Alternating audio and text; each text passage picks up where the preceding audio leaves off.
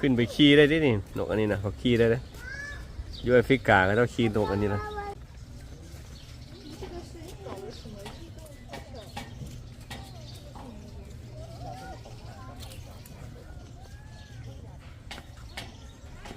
全是垃圾啊，是吧？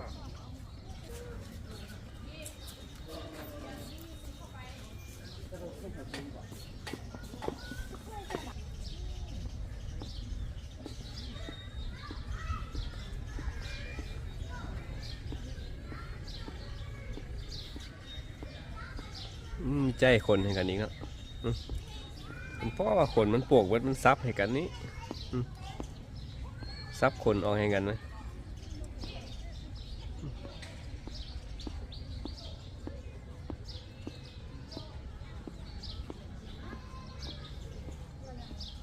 ส่วนสัตว์